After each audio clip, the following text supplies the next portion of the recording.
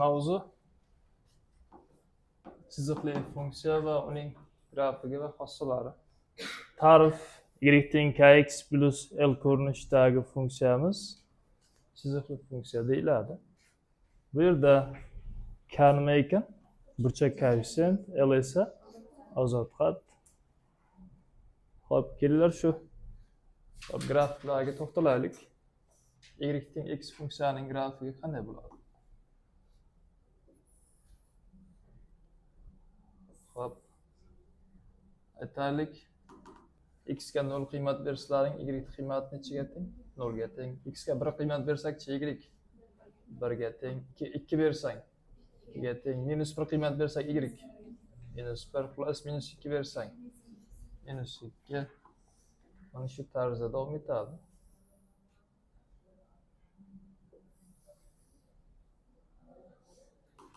Cheksiz taraf, tushunarlimi? Xo'p, keyin bunisi ittifoqlashtir.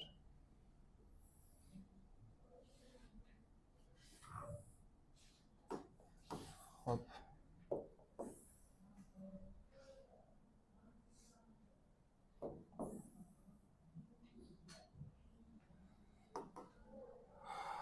Xo'sh, x plus 1 funksiyaning grafigi qanday bo'ladi? Qarang. X ga 0 qiymat bersak y necha? 1. X ga 1 qiymat bersak y 2. O'zi ikkita nuqtasini topish yetarli. Qolgan nuqtalarni topish shart emas. Va grafigi mana shu tartibda davom etadi. Xo'p. 3x plus 3 funksiyaning grafigi 0 dan nimaga teng? 3 ga teng. Mana. Hop, 1-dach 6 ga teng. 1, 2, 3, 4, 5, 6. Ikkita nuqtasini topish yetarli bo'lyapti. Hop, bu tarafi ham cheksiz davom etadi. Keyingisi 0 dan nimaga teng? 1 ga teng. 1-dach 2-dachi? 2 ni 2 ga bo'lsang plus 2. Grafiga mana bunday tartibda ketyapti.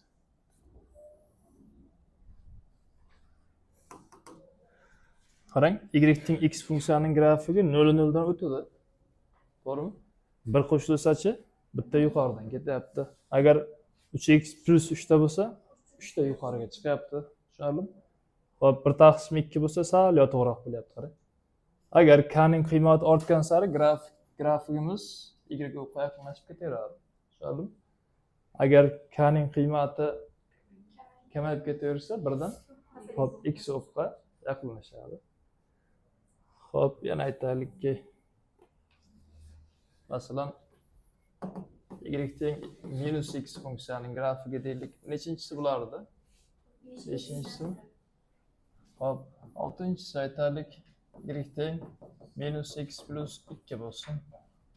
7-chisi y teng minus 3x plus 4 bo'lsin, mayli. 4 emas, plus 2 bo'lsin. 8-chisi y teng minus 1 taqsim 3x plus 1. Hop, grafiklarni yasab ko'raylik.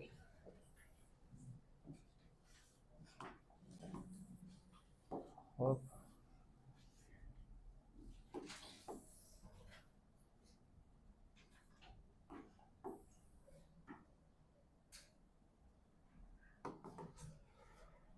X 0 da y qiymati 0, x 1 da y qiymati minus 1 pastga tushib ketadi. Ikkita nuqtasini yetarli bo'ladi, ikkita nuqtasini topish. Grafigi mana shunday tartibda o'tadi. Hop, keyingisi x 0 da y'imiz 2. X 1 dachi 1.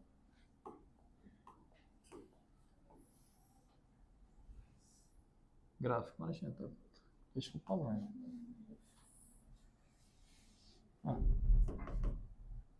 X 0 da y 2. X 1 dachi minus 1.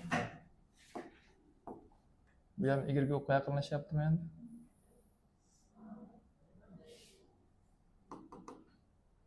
X 0 da y 1. 3 dachi? X 3 da 0. Bu endi qaysiga yaqinlashyapti? X o'qqa yaqinlashyapti.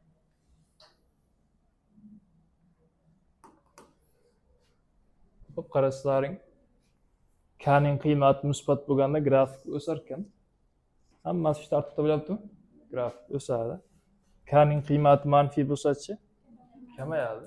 Grafikni ko'ryapsiz, qaysi ko'rinishda bo'lishini. Xo'p, demak barchasini yozib olasiz. Y teng kx plus b funksiyaning grafiga, funksiyaning xossalariga qarab chiqaylik. Demak, k 0 dan katta bo'lsa, funksiyamiz o'suvchi bo'larmikan? O'suvchi. Ikkinchi, agar k 0 dan kichik bo'lsa, funksiya kamayuvchi.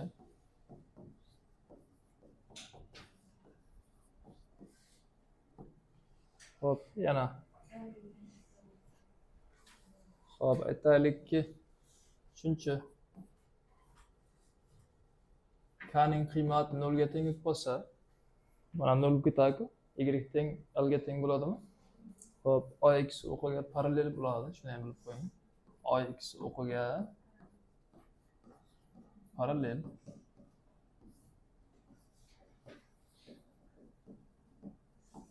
Grafiga nimadan iborat ekan? Demak, grafiga to'g'ri chiziqdan iborat. To'g'ri chiziqdan iborat. Yana nimalar deya olamiz? Xo'p, 6-chi. 5-chi.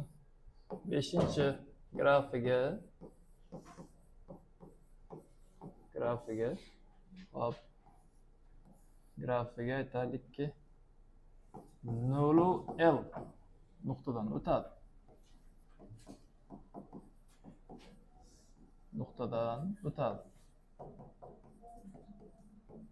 Yana bitta grafikga qaytamiz.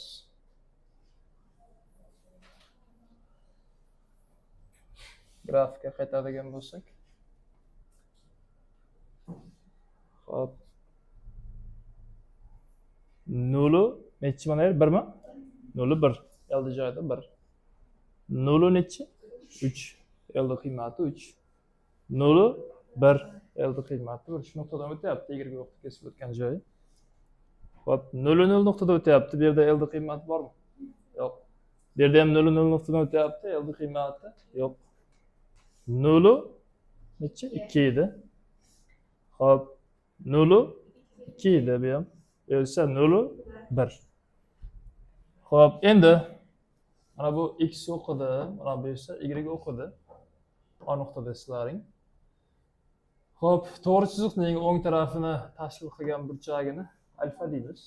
Tushunarlimi? Ox o'qi bilan tashkil qilgan burchagini barchasi nima derkanmiz? Alfa deb chiqsak. Bu ham alfa, mana bu taraf ham alfa, bu ham alfa, mana bu ham alfa, mana bu ham alfaga teng. Hop, endi xossasiga qaytaylik. Xossasiga qaytadigan bo'lsak,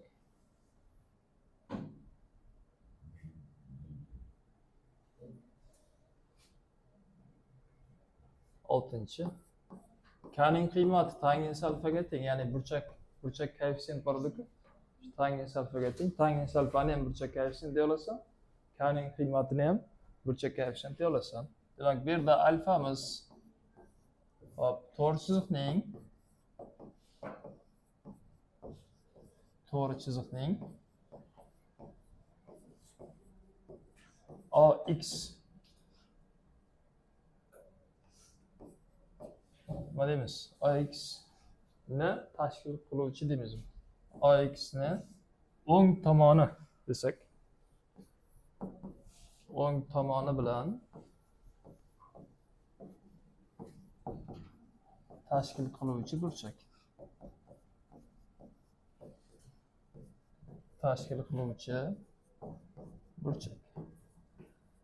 Hozircha tushunarli bo'ldimi? Ma'lumotlar yozib qo'yasizlar. ax plus by plus s teng 0 ko'rinishdagi funksiyani ham chiziqli funksiya deb ataymiz. Grafiklariga qarab chiqaylik. Hop, grafiklariga e'tibor qilasizlar. Hop, bundan nusxalarni olib qo'ying.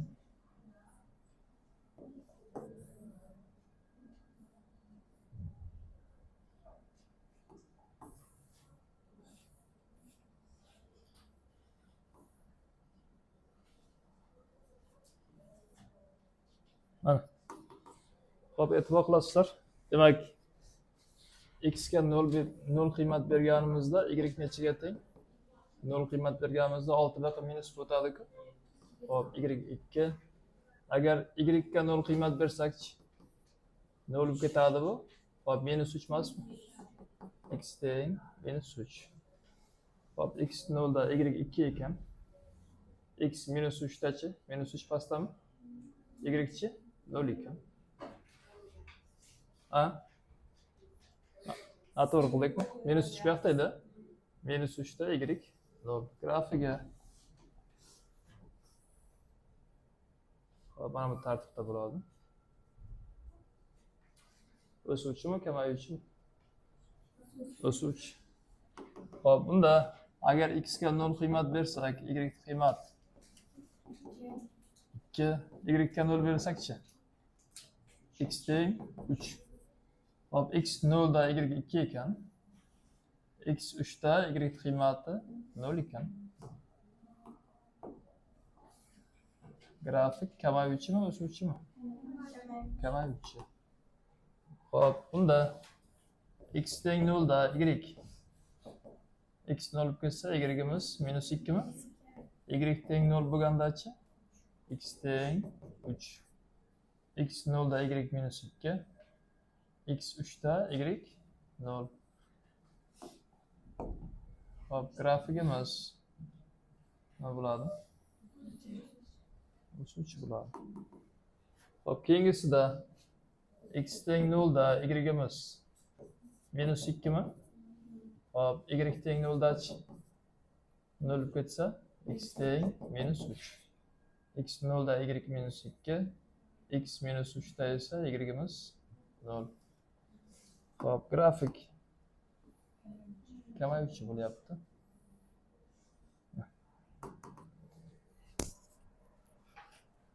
Hop, demak, ikkita o'suvchi va ikkita kamayuvchi funksiyalarni yozdim. Qanday holatlarda o'sadi, qanday holatlarda kamayadi? Qarang. Hop, ax plus by plus s teng 0 funksiyaning xossalari deylik. Funksiyaning xossalari.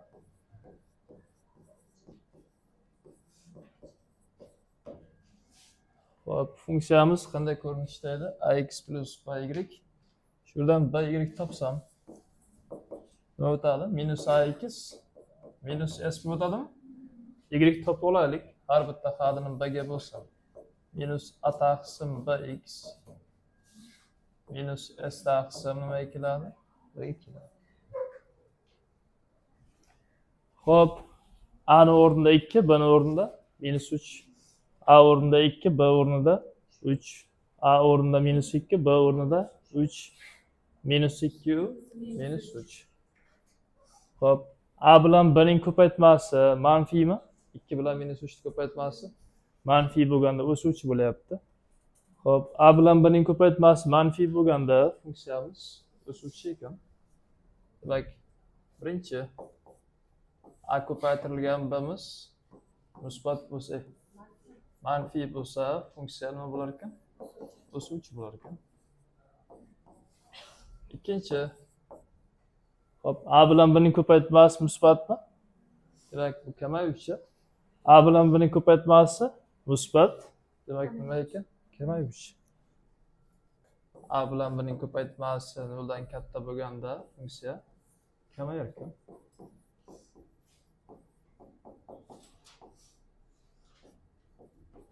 Kamayuvchi. Yana nima deya olamiz? Birinchi. Hop, agar a 0 ga teng bo'lib, b 0 ga teng bo'lmasa, qarang, a 0 ga teng bo'lib, bning qiymati 0 dan farqli bo'lsa, mana bu xat necha bo'lib ketadi? 0 bo'lib ketadi. Demak, nimaga teng bo'ladi? Minus s taqsim b ga. Hop, a 0 ga teng bo'lib, b 0 dan farqli bo'lsa, hop, y qiymati minus s taqsim b ga teng. Demak, bu ox ga parallel deya olamizmi?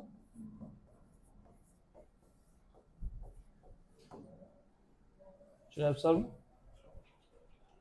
Hop, keyingisi 4-chi deylik. Agar a 0 dan farqli bo'lib, b 0 ga teng bo'lib qolsa-chi? Ha? Nima deya olasizlar? Qarab, b 0 ga teng bo'lib qolsa, mana bu xat nima bo'lib ketadi? 0 bo'lib ketadi. Desam, bunda x ni qiymati s taqsim yo'q.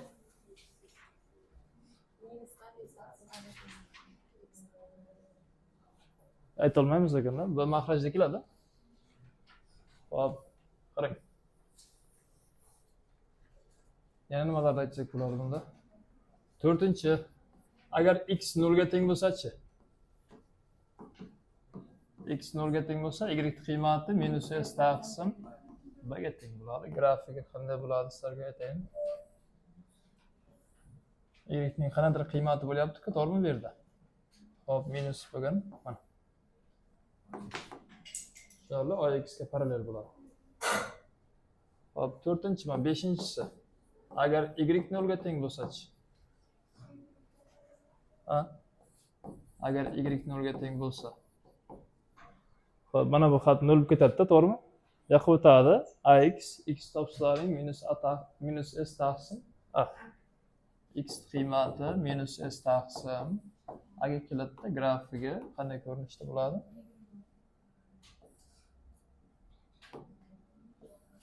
Hop, grafigi x ning qanday qiymati mana. Y ga o'qib qoladi, keyin parallel bo'ladi. Tushunarli? Hop, hozircha shu ma'lumotlar.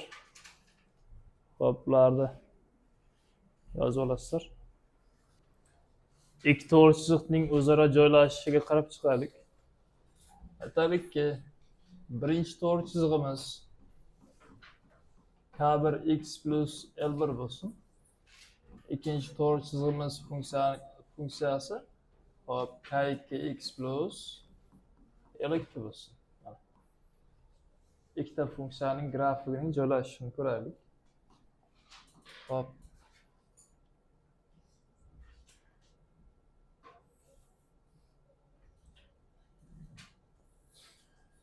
Aytaylik, k1 bilan k2 bir-biriga teng bo'lsin. L1 bilan L2 bir-biriga yo'q. L1 bilan L2 ham bir-biriga teng bo'lsin. K1 bilan K2 ham teng bo'lsa, kengligi ham bir xil bo'ladimi? L1 bilan L2 ham teng bo'lsa, chiqib tushishi ham tengmi? Demak, bir-birining ustiga tushadi, to'g'rimi? Ustma-ust. Taxminan shunday deylik. Ikkalasi ham bir to'g'risizlikda o'tadi.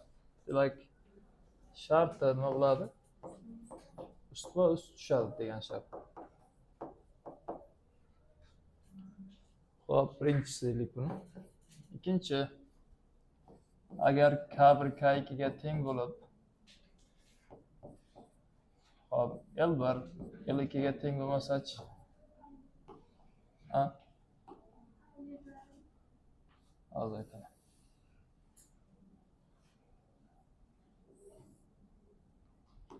Shunday qilaylik.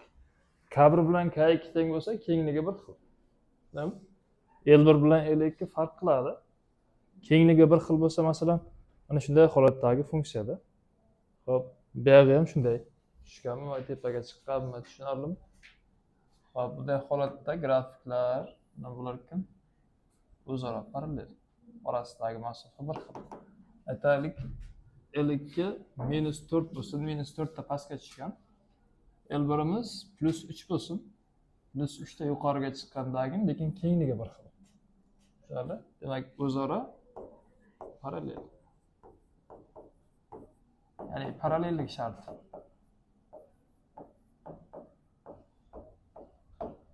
Endi uchinchi aytaylikki K1 K2 ga teng bo'lmasa-chi, K1 K2 ga teng bo'lmasa, hop, bas K1 K2 ga teng bo'lmasa, kengligi 2 xil bo'ladimi? Kengligi 2 xil bo'lgandan keyin aytaylik, mana bunday deylik. Buni kengligi qanday bo'lsa, funksiyalar nima qiladi? Kesishadi. Hop, demak sharti kesishadi degan shart. Hozircha yozib qo'yasizlar. 4-chi K1 bilan K2 ning ko'paytmasi -1 ga teng bo'lsa, funksiyalar o'zaro perpendikulyar ravishda nima qilar ekan? Kesishar ekan. Hop, isbotlaylik. Isbotlasak qaraysizlar. Hop.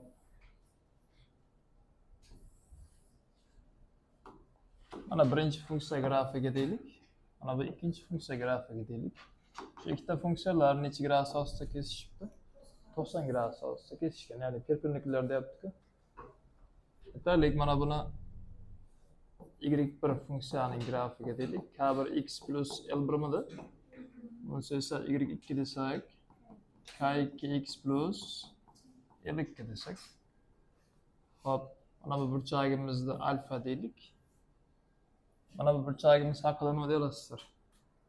Endi geometriyada hop, mana bu 3 burchakni ko'ryapsizlarmi? 3 burchakning ikkita burchagi ichki, ya'ni ichidagi ikkita burchagining yig'indisi uning bitta tashqi burchagiga teng bo'ladi deyiladi-da. Ya'ni unga tegishli bo'lmagan bitta tashqi burchagiga teng. Alfa plus necha bo'lar ekan mana? 90 gradus. Tushunarli bo'ldimi? Mana bu alfa. Hop, burchak koeffitsiyentimiz K1imiz tangens alfaga teng edi. Tushunam? K1 uchun mana bu tangens alfa. Hop, K2 uchun alfa plus necha gradus? 90 gradus. Tangens alfa plus 90 gradus, ya'ni 90 gradus plus alfa desak, trigonometriya mavzusida 90 plus alfamiz kotangens alfaga teng, minusdan ikkinchi chorak o'tib ketdi. Kotangens alfa degani minus 1 taqsim tangens alfa minus 1 taqsim tangens alfamiz K1 ga teng. Tushunami? Plus K2 teng bo'ldi minus 1 taqsim K1 ga proporsiya qo'shishlaring K1 bilan K2 ning ko'paytmasi minus 1 ga tengligi isbotlanadi. Hop, buni ham yozib olasiz. Hop, to'g'ri chiziqlarning joylashishiga e'tibor qilasizlar. Hop, bu shartda cheksiz ko'p yechimga ega edi. O'tgan darsda o'tdik-ku, to'g'rimi? Barchasi bir-biriga teng bo'lsa, funksiyalar ustma-ust tushadi degan shartga kelasizlar. Tushunarlimi? Ustma-ust tushadi.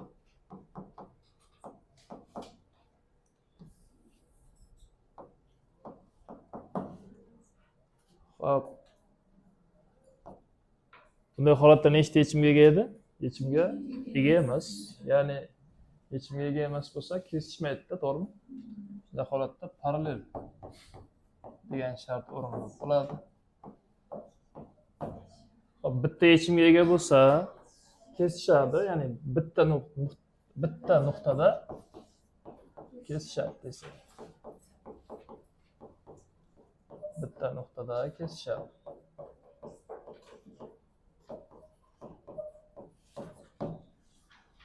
Xo'sh, bularni ham yozib olasiz. Keyingi formula A nuqtadan mana shu to'g'ri chiziqgacha bo'lgan masofani aniqlaylik. Plus formulasini yozaman. Hop, to'g'ri chiziqni aytaylikki, mana bunday deylik.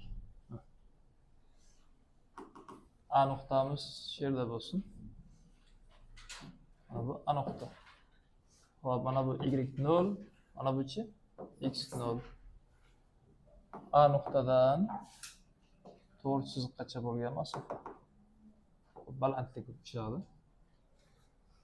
Hop, mana bu to'g'ri chizig'imiz ax plus by plus s teng 0 funksiyaning grafigi. Hop, da masofa Ya'ni mana bu yerda D deylik. D masofamiz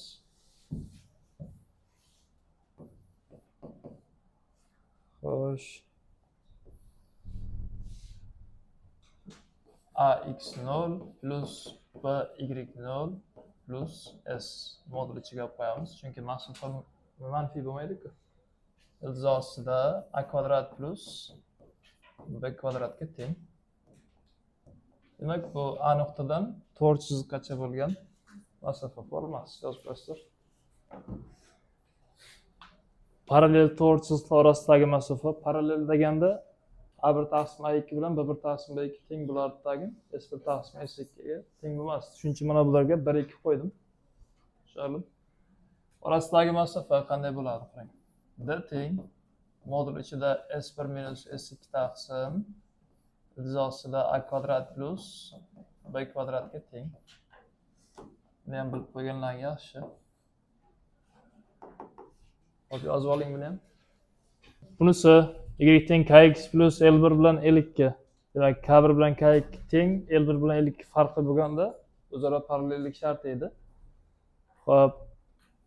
Mana bu holatdagi tenglama berilgandagi ikki to'g'ri chiziq orasidagi masofa, ya'ni parallel to'g'ri chiziqlar orasidagi masofa formulasi. Yozib qo'yinglar bularni ham.